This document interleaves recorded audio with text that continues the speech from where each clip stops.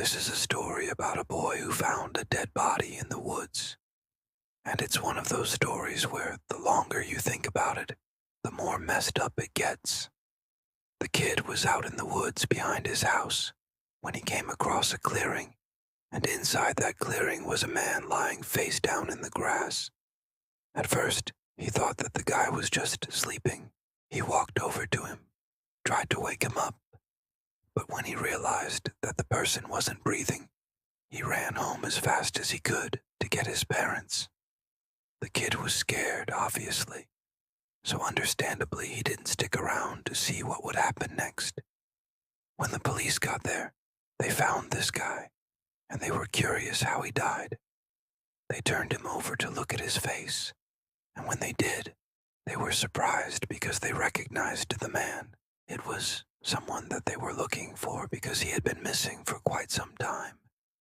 The police were happy to have found him, but at the same time they were confused because his car was still running and it was parked nearby.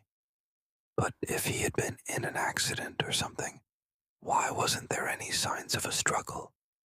Why was his car still running? And most importantly, how did he die? While the police were investigating, the parents of the missing man showed up, and when they saw their son's body, they were distraught. They started crying, and then, all of a sudden, the dad said, "What happened to my son?" And the police were like, "We don't know. We just found him like this." So then the dad said, "You found him like this, but you haven't found whoever did this." Then the dad looked at the cops and asked them, "Are we talking about the person who killed my son, or are we talking about the person who just left my son here after he was already dead?" This suggests that the dad knows that his son was killed, but he doesn't know who did it. Or it could also mean that the dad is trying to throw the cops off by making it seem like he thinks that whoever left the son there was not the one who killed him. But, okay, let's put that aside for a second and think about something else. Think about the kid who found this body. Do you think he should feel guilty? Because essentially, he's the reason why this guy isn't dead anymore. He's the reason why his family can now find closure. If the kid didn't walk past that clearing and see the body, who knows how long this guy would have been dead for until someone eventually found him.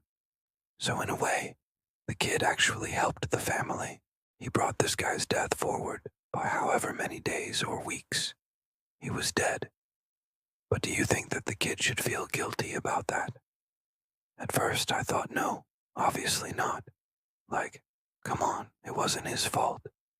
But then, at the same time, you could argue that if he didn't want to find a dead body, he shouldn't have been walking in the woods in the first place.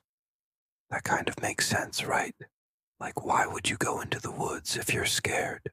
And even if you were scared, maybe you should have had your knife with you or some mace. You know, maybe you should have been prepared for what happened. So, yeah, I think in this scenario, the kid does deserve some blame.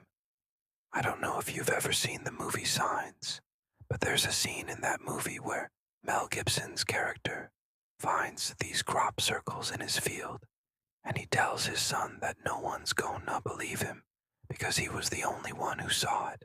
And his son says, "That's not true. I saw it too." And this is similar to that. Like the kid in this story might be the only one who knows that this guy was actually alive at one point, because he's the only one who saw him breathing.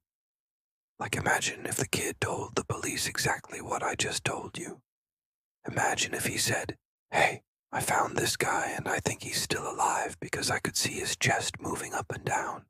The police would have definitely taken that seriously, and they would have stayed with the guy and waited until he either moved or said something. But the kid didn't do that. Instead, he went home to tell his parents.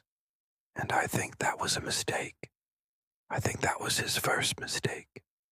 And that reminds me of a story that I read about a while ago, where this girl was in her bedroom and she heard what sounded like screams in the forest.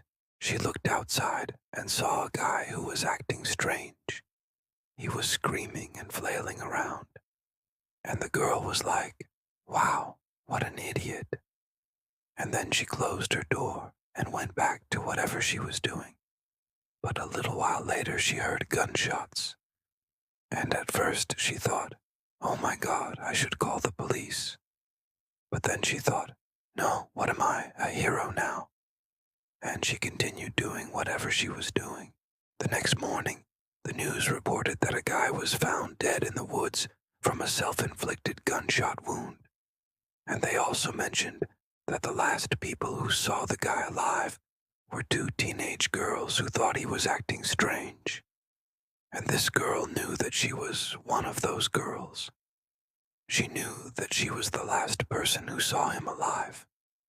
But instead of calling the police and telling them what she saw, she did nothing. She just sat there and watched as this man ended his life. And because of her actions, his family will never know how he died. So, yeah, the kid in the story should have called the police instead of going home to get his parents. Now think about the dad in this story.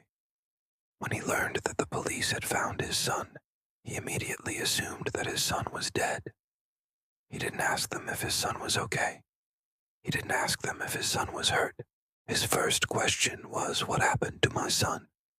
And the fact that he said it like that made it sound like he already knew the answer. So again, this suggests that he knows his son was killed. So then you start thinking about, how did this guy die? Was it an accident? Was he stabbed? Was he shot? But then you realize, well, if he was stabbed or shot, wouldn't the person who did that have blood on their hands? And if he died from an accident, wouldn't that have left some sort of mark on his body? But upon further inspection, they found absolutely nothing. There were no signs of a struggle. There was no blood. There was no cuts or bruises. And his clothes weren't ripped or torn. Everything was completely normal. Okay, so then you start thinking maybe he wasn't killed. Maybe he just decided to take his own life. But then that raises more questions. Why would he leave his car running? Wouldn't he have turned it off if he wanted to end his life? And if he did end his own life, wouldn't it have been easier for him to hang himself or take pills or something? What the hell? How did he kill himself? Well, in the end, it turns out that he was actually pushed. Someone literally pushed him. That's how he died. But the scariest part is that the police don't know who pushed him. They don't know who was responsible. One minute this guy was alive, and the next minute he was dead. And the only person who knows what happened is a kid who's too scared to talk about it. And the only person who knows who's responsible is probably dead.